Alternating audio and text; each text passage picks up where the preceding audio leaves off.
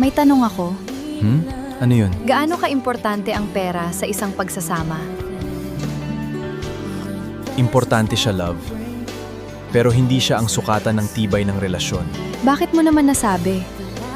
Kasi marami akong nakikitang mag-asawa na malaki nga ang kinikita, pero halos hindi na nag-uusap dahil puro trabaho. Meron din namang simpleng namumuhay, pero masaya kasi marunong silang magdamayan. Sa panahon ngayon, kailangan talaga ng pera. Pangbayad ng bills, pagkain, at para sa mga pangarap natin.